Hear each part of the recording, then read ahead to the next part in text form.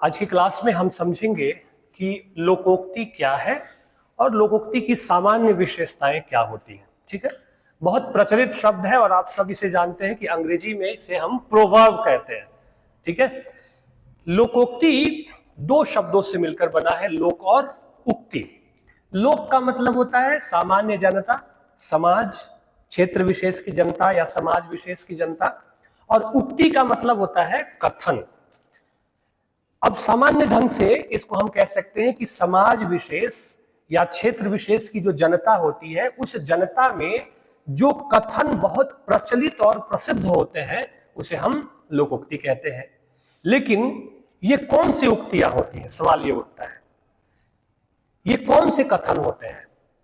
तो ऐसे कथन या ऐसी उक्तियां जिसमें जीवन अनुभव का कोई गहरा सार छिपा हो, ठीक है, या कोई उद्देश्य छिपा हो या कोई सीख छिपी हो, ऐसे कथनों को, ऐसी उक्तियों को हम लोकोक्ति कहते हैं। आई बात समझ में? नहीं समझ में आई? एक लोकोक्ति है बहुत प्रसिद्ध कि अब पछताए होत क्या जब चिड़िया चुग गई खेत। ठीक है, अब मैंने कहा कि लोक समाज में प्रचलित ऐसी उक्ति या ऐसा कथन जिसमें कोई जीवन का उपदेश छिपा हो, कोई सार छिपा हो या कोई अनुभव छिपा हो जिसका विशेष अर्थ हो, उसे हम लोकोक्ति कहते हैं। अब जब मैं यहां कह रहा हूं कि अब पछताए होत क्या जब चिड़िया चुग गई खेत, तो इसमें एक विशेष अर्थ है कि समय बीत जाने पे पछताने या हाथ मलने से कोई फायदा नहीं है। यानी कि ये उक्तियां सामान्य अर्थ को छोड़कर विशेष अर्थ धारण करती हैं। इनका अभिधा मूलक अर्थ नहीं होता है। ठीक है, अभिधा मूलक अर्थ का मतलब है कि शाब्दिक अर्थ नहीं होता है, अर्थ विशेष होता है। ठीक है, शाब्दिक अर्थ ये होता कि चिड़िया आई, खेत चुग गई और कोई बैठ के पछता रहा है। शाब्दिक अर्थ तो यही हुआ कि किसान बैठा है, उसकी खेत को चिड़िया चुग गई और किसान पछता रहा है। लेकिन विशेष अर्थ है इसका कि समय बीत जाने पर या मौका हाथ से चले जाने पे, अवसर हाथ से निकल जाने पे पछताने से कोई फायदा नहीं है। यह है इसका अर्थ। अब इसमें क्या है? लोक जीवन का अनुभव है, सार है और कोई ना कोई उपदेश दिया गया है। उपदेश क्या नहीं था इसमें कि समय पर या जब अवसर आए तो उस काम को कर लेना चाहिए। और इसी लोकोक्ति को अंग्रेजी में प्रोवर्ब कहा गया है और प्रोवर्ब की परिभाषा दी गई है कि proverb is a short commonly known saying that express truth और piece of advice based on common sense और कल्चरल एक्सपीरियंस। इसका अर्थ हुआ कि कोई अनुभव, कोई विचार, ठीक है, जो कि आपको एडवाइस दे, ठीक है, जो कि आपको समझने के लिए विवश करे या उसमें कोई संदेश छुपा हो, उसे हम प्रोवर्ब कहते हैं। तो आप देखेंगे कि जितनी भी भारतीय भाषाएं हैं, अलग अलग ढंग से या बोलियां हैं, उनमें लोकोक्तियों का बहुत प्रचलन है।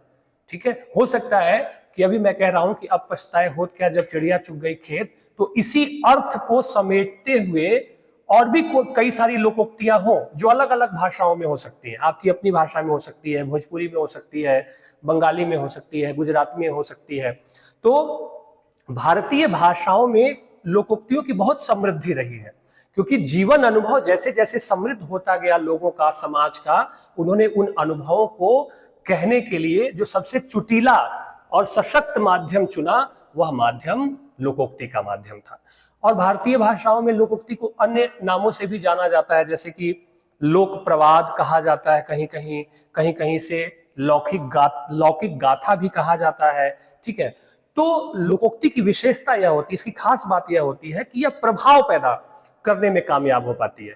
ठीक है, और इसके माध्यम से कथन में तीव्रता और प्रभाव पैदा किया जाता है। क्या होता है? लोकोक्ति के माध्यम से कथन में प्रभाव और तीव्रता आती है। अब जब आप कहते हैं कि घर की मुर्गी दाल बराबर, ठीक है, तो आप सब जानते हैं कि जो चीजें आपके पास है, उपलब्ध है, उसका कोई बहुत महत्व नहीं होता है। लेकिन ये कहने की बजाय जब कोई कहता है घर की मुर्गी दाल बराबर, तो उस कथन में एक तीव्रता आ जाती है, प्रभाव आ जाता है। जो आप कहना चाहते हैं उसमें एक वजन आ जाता है, गहराई आ जाती है। इसलिए मैक्सिम गोर्की ने बहुत अच्छी बात कही थी लोकोक्तियों और मुहावरों के बारे में कि शब्द अगर उंगलियां हैं तो लोकोक्ति और मुहावरे क्या है? घोसा है। मतलब समझ में आया कि आप जो असर सामान्य शब्द नहीं कर सकते उससे ज्यादा गहरा असर लोकोक्तियों और मुहावरों के द्वारा सुनने वाले के ऊपर होता है। इसलिए कहा कि शब्द अगर उंगलियां हैं, किसी आदमी को आप उंगली से मारिए, चोट करने की कोशिश कीजिए, क्या ही चोट लगेगी उंगली से। लेकिन अब सारी उंगलियों को इकट्ठा करके और एक पंच बनाइए और आप प्रहार करिए तो उसका असर क्या होगा? गहरा होगा, तेज होगा। तो लोकोक्तियां भावनात्मक रूप से, संवेदनात्मक रूप से आप जो बात कह रहे हैं उसको गहराई प्रदान करती हैं। ये इनकी बड़ी खूबी होती है। ठीक है, अब जैसे कि हम कहते हैं ना, नाच ना आवे आंगन टेढ़ा, आए दिन इसका इस्तेमाल करते हैं। तो क्या मतलब हुआ कि आपको कुछ काम करने नहीं आ रहा है लेकिन आप दोष किसी और के ऊपर मढ़ देना चाहते हो। तो इस बात को कितने शानदार ढंग से इस लोकोक्ति में कह दिया गया, नाच ना आवे आंगन टेढ़ा। ये है कथन की तीव्रता और भावनात्मक वेग लोकोक्तियां प्रदान करती हैं। आप एकदम जो बात कहना चाह रहे हैं उस बात में असर, उस बात में वजन, उस बात में तीव्रता आ जाती है लोकोक्तियों के माध्यम से।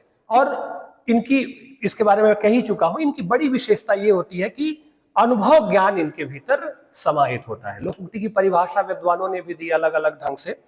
तो ऑक्सफोर्ड डिक्शनरी में, अच्छा लोकोक्ति के बारे में जो परिभाषाएं दी है विद्वानों ने उसे देख लेते हैं। ऑक्सफोर्ड डिक्शनरी में कहा गया कि जनता में प्रचलित कोई छोटा सा सार गर्भित वचन अनुभव अथवा निरीक्षण द्वारा निश्चित या सबको ज्ञात किसी सत्य को प्रकट करने वाली कोई संक्षिप्त उक्ति, उसे हम लोकोक्ति कहते हैं। वही बात है कि जनता का कोई अनुभव है, उस अनुभव को संक्षेप में, संक्षिप्त उक्ति, ठीक है, अनुभव अथवा निरीक्षण द्वारा ज्ञात एक संक्षिप्त उक्ति, उसे हम लोकोक्ति कहते हैं। ये परिभाषा दी गई ऑक्सफोर्ड डिक्शनरी में।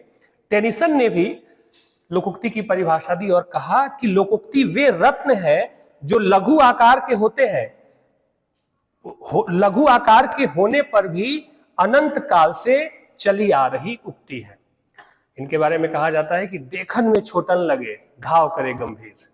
सुना है ना, बिहारी के दोहों के बारे में बहुत प्रचलित है कि सतसैया के दोहरे जो नावक के तीर, देखन में छोटन लगे घाव करे गंभीर।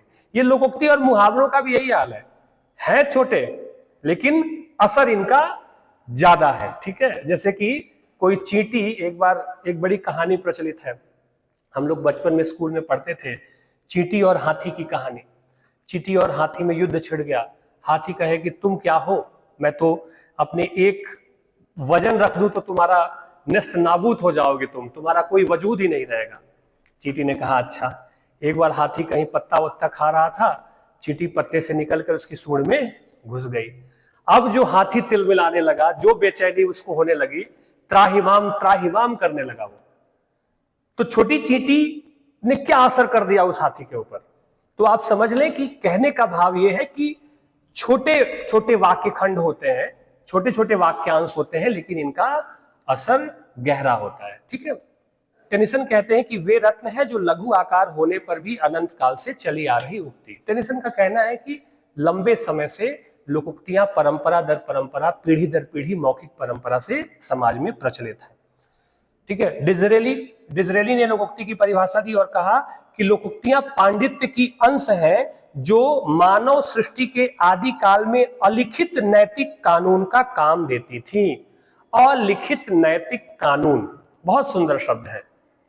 ठीक है, वाक्यांश देखिए, अलिखित नैतिक कानून, यानी कि अब लिखित तो होता नहीं है लोक साहित्य, मौखिक ही होता है, लेकिन उन्होंने कहा कि अलिखित यानी कि मौखिक होते हुए भी समाज को एक नैतिक कानून, एक जिम्मेदारी, एक संस्कारित करने का काम, समाज को संस्कारित करने का काम लोकोक्तियां करती थी। धीरेन्द्र वर्मा ने लोकोक्ति की परिभाषा दी और कहा लोकोक्तियों में जीवन के सत्य को बड़ी बखूबी से प्रकट किया जाता है। पहली लाइन, लोकोक्तियां मानवीय ज्ञान के घनीभूत रत्न है जिन्हें बुद्धि और अनुभव की किरणों से फूटने वाली ज्योति प्राप्त होती है। बहुत सुंदर परिभाषा दी। पहली लाइन देखिए, लोकोक्तियों में जीवन के सत्य को बड़ी बखूबी से प्रकट किया जाता है। ठीक है, जीवन का सत्य बखूबी से प्रकट किया जाता है, ये कहते हैं धीरेन्द्र वर्मा। अब जब हम एक लोकोक्ति दोहराते हैं कि बंदर क्या जाने अदरक का स्वाद, ठीक है, बंदर क्या जाने अदरक का स्वाद कहते हैं ना, तो ये अचानक से नहीं हुआ होगा, लंबे समय से ये अनुभव करते करते आया होगा कि जो मूर्ख लोग होते हैं वो मूल्यवान चीजों की कीमत नहीं समझ पाते हैं, और ये अनुभव जब बहुत गहराई से उतर गया होगा लोकमानस में, तब यह लोकोक्ति आई होगी कि बंदर क्या जाने अदरक का स्वाद। तो बहुत गूढ़ से गूढ़ अनुभवों को लोकोक्तियों में प्रकट किया जाता है। भोलानाथ तिवारी ने लोकोक्ति की परिभाषा दी और कहा, यह एक संक्षिप्त और सार गर्भित लोक प्रचलित उक्ति या कथा है, कथन है, जिसका कि उपदेश पुष्टि या विरोध आदि के लिए होता है। किसी बात की पुष्टि करनी हो या किसी बात का विरोध करना हो, उसके लिए लोकोक्तियों का प्रयोग किया जाता है, ये कह रहे हैं भोलानाथ तिवारी। आगे बात समझ में, कुल मिलाकर के निष्कर्षतः हम यह कह सकते हैं कि लोकोक्ति, ठीक है ना, लोकोक्ति लोक में प्रचलित वह उक्ति या वह कथन है जो लोक अनुभवों पर, जो लोक के गहरे अनुभवों पर आधारित होता है और जो किसी विशेष अर्थ को श्रोता के सामने प्रकट करता है, जिसमें कोई सीख होती है, जिसमें कोई जीवन का निचोड़ होता है, जिसमें कोई जीवन का उपदेश आदि शामिल हो सकता है, उसे हम लोकोक्ति कहते हैं। आगे बात समझिए।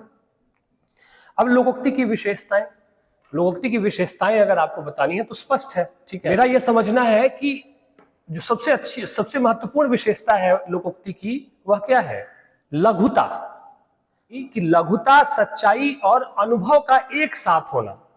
जो भी अनुभव होगा वो सत्य आधारित अनुभव होगा, और लघुता, छोटे में बड़ी बात, ज्यादा विस्तार में जाने की जरूरत नहीं है। अब जब हम कहते हैं कि बंदर क्या जाने अदरक का स्वाद, बात छोटी सी है, लेकिन इसके विस्तार को आप बहुत विस्तार दे सकते हैं, उदाहरण दे सकते हैं, बता सकते हैं, आप अपना अनुभव भी उसमें शामिल कर सकते हैं कि आपके साथ भी ऐसे जीवन में देखने को मिला कि बंदर क्या जाने अदरक का स्वाद, कि मूर्ख लोग कभी बेहतर चीजों की कीमत नहीं जान पाते, ठीक है।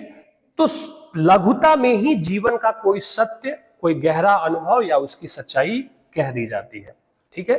भाषा बहुत सरल होती है, घरेलू भाषा होती है, और उसके रचयिता अज्ञात होते हैं, ठीक है। आगे बात समझ में, रचयिता के बारे में पता नहीं होता है, क्योंकि लोक साहित्य का आप जानते ही हैं कि लोक साहित्य जो भी है, चाहे वो लोकोक्ति है, लोकगीत है, लोक कथा है, लोक गाथा है, वह पीढ़ी दर पीढ़ी मौखिक परंपरा से चली आ रही है, ठीक है। निष्कर्षतः हम अगर लोकोक्ति की मूलभूत विशेषताओं को अगर बिंदुवार समझने की कोशिश करें, या उसे अगर बिंदु में रेखांकित करने की कोशिश करें, तो पहली विशेषता है समास शैली, यानी कि जिस लघुता की बात मैं कर रहा था, कह रहा था ना कि देखन में छोटन लगे घाव करे गंभीर, तो समास शैली होती है, ठीक। समास शैली में क्या करता है रचयिता? गागर में सागर भरता है, विस्तार में कही जाने वाली बात को, अनुभव को बहुत चुटीले अंदाज में, बहुत गहराई के साथ, तीव्रता के साथ समास शैली में अपनी बात कह देता है, ठीक है। आकार में लोकोक्तियां छोटी होती हैं, लेकिन इनकी भाव राशि जो होती है, इनके भीतर जो भाव का संसार होता है वह विस्तृत होता है। तो समास शैली लोकोक्ति की पहली विशेषता है, ठीक है। दूसरा, लोक अनुभव पर आधारित होना। ये लोकोक्तियां किसी एक व्यक्ति के अनुभव पर आधारित नहीं है, पूरे समाज का अनुभव उसमें शामिल है, और पूरा समाज मुहर लगाता है इन बातों पे, इन अनुभवों पे, तभी जाकर ये परंपरा दर परंपरा, पीढ़ी दर पीढ़ी ये लोकोक्तियां लोक समाज का हिस्सा बन जाती है। क्यों? क्योंकि सब कोई उससे जुड़ाव महसूस करता है, ठीक है। जब कहते हैं अंधेर नगरी चौपट राजा, टके सिर भाजी टके सिर खाजा, ठीक है, तो इससे हर कोई कनेक्ट करता है, समाज का हर व्यक्ति इस अनुभव को सत्य मानता है, क्योंकि वह देखा सुना जाना हुआ अनुभव होता है। तो लोक अनुभवों पर आधारित होती है लोकोक्तियां, क्योंकि इसमें जो भी कुछ कहा जाता है वो बहुत सूक्ष्म पर्यवेक्षण, अनुभव और अवलोकन पर आधारित होता है, और बड़े लंबे अनुभव के बाद फिर ये कहावत का रूप धारण कर लेते हैं ये भाव या विचार, और फिर वो लोकोक्ति बन जाती है, ठीक है। तीसरी विशेषता है सरलता, ठीक है। सरल होती है लोकोक्तियां। आप अपनी भाषा की लोकोक्ति या अपनी बोली की लोकोक्तियों को सुनेंगे तो ऐसा लगे कि सुनते ही उसके अर्थ हृदय में पहुंच जाते हैं, हृदयंगम हो जाते हैं उसके भाव। ठीक है, और विशेषता क्या है हृदयंगम क्यों? क्योंकि सरलता के साथ साथ वो भाव भी प्रकट करती है। एक तो सुनते ही हृदय में समा जाती है और अपने भाव भी वो प्रकट कर देती है, वो क्या कहना चाह रही हैं, उनमें क्या अर्थ बोध है उसे भी प्रस्तुत कर देती हैं लोकोक्तियां। ठीक है, इसके बाद चौथी बड़ी विशेषता है प्रतीकात्मकता। ठीक है, प्रतीकात्मकता से मतलब है कि लोकोक्तियों की जो भाषा है वह संकेतों और प्रतीकों से भरी होती है। ठीक है, संकेतात्मकता और प्रतीकात्मकता होती है उसमें। जैसे कि कबीर के यहाँ आप देखते हैं प्रतीकों का बहुत प्रयोग हुआ है। कबीर जब कहते हैं कि चलती चक्की देख के दिया कबीरा रोए, दुई पट भीतर आए के साबुत गया न कोई। इसका अर्थ ये हुआ कि चक्की चल रही है, उसमें अनाज पीसा जा रहा है और कबीर उसे देख करके रो रहे हैं और कह रहे हैं कि दो जातों यानी कि दो चक्कियों के बीच में कोई भी अनाज साबुत बच के नहीं जाता है, वह पिस जाता है। लेकिन वो जो दो चक्कियां हैं वो दो चक्कियां प्रतीकात्मक है, जीवन और मृत्यु की प्रतीक है। कबीर कहते हैं कि जिसका जन्म हुआ है उसे एक ना एक दिन मरना है और कह रहे हैं कि हर पल मनुष्य उन दो जातों जन्म और मृत्यु के बीच की जो चक्की है उसके बीच हर व्यक्ति घूम रहा है और कोई उससे बच करके नहीं जाएगा। तो यहां जो दो चक्कियां हैं वो क्या है? वो सिर्फ चक्कियां नहीं है, जीवन और मृत्यु के प्रतीक के रूप में है। और यही बात लोकोक्तियों में आपको देखने को मिलती है कि वो प्रतीकात्मकता है। अब बंदर क्या जाने अदरक का स्वाद, तो अब पता नहीं बंदर अदरक खाता भी है कि नहीं खाता है, मुझे तो नहीं मालूम। आप लोगों ने देखा है कभी अदरक खाते हुए? ठीक है, शायद खाता होगा या नहीं भी खाता होगा, कौन जाने, मैं तो नहीं देखा है, हो सकता है कि खाता हो। लेकिन इस बात का क्या ही मतलब है हमारे लिए, आपके लिए या दुनिया के लिए कि बंदर अदरक खाता है या नहीं खाता है? इस बात का क्या मतलब है? बहुत सारी चीजें बंदर नहीं खाता होगा, बहुत सारी चीजें वो खाता होगा। तो बंदर अदरक का स्वाद अगर जान जाएगा तो क्या इससे दुनिया में बहुत चमत्कार तो नहीं हो जाएगा? ठीक है, लेकिन इसका अर्थ अलग है, विशेषार्थ लिए हुए हैं, इसलिए प्रतीक है। यहां पे अदरक क्या है? प्रतीक के रूप में है, और बंदर भी क्या है? प्रतीक के रूप में है। तो बंदर भी प्रतीक है और अदरक भी प्रतीक है। इसका अर्थ होता है कि मूर्ख व्यक्ति मूल्यवान चीजों की कीमत नहीं जान पाता, तो अदरक को एक मूल्यवान वस्तु के रूप में प्रस्तुत किया जा रहा है और बंदर एक मूर्खता का प्रतीक यहां पे दिखाई दे रहा है। तो प्रतीकात्मकता लोकोक्तियों में होती है। ठीक है, और इसकी एक अंतिम विशेषता आप कह सकते हैं नैतिकता एवं व्यावहारिकता का ज्ञान। लोकोक्तियां हमें नैतिक ज्ञान देती हैं, व्यावहारिक ज्ञान देती हैं। ठीक है, और समाज में नैतिक मूल्यों और व्यवहारिक मूल्यों का संचार भी करती हैं। जब हम कहते हैं कि अब पछताए होत क्या जब चिड़िया चुग गई खेत, तो इसका मतलब ये भी है कि व्यक्ति को संभल कर रहना चाहिए और जब भी जीवन में कोई अवसर आए या समय पे जो काम करना चाहिए उस काम को समय पे ही उसी समय पे करना चाहिए जिस समय पे उस काम को करने से आपको लाभ मिलने वाला है। ठीक है, अब आपकी बस जाती है 5 बजे, आप पहुंचेंगे 5:30 बजे, तो आपकी बस खुल चुकी होगी। तो अब आप पछताते रहिए, कोई फायदा नहीं है, क्योंकि आप समय पर नहीं पहुंच सके। तो आप देखेंगे कि लोकोक्तियों में लोक जीवन का अनुभव बहुत गहराई से समाया होता है और लोकोक्तियां हमें कोई ना कोई नैतिक उपदेश या संदेश देती हैं। आगे बात समझ में? ठीक है, इनकी विशेषताएं हमने समझ ली और लोकोक्ति क्या कहते हैं इसे भी हमने जान लिया। स्पष्ट है? कोई दिक्कत तो नहीं है?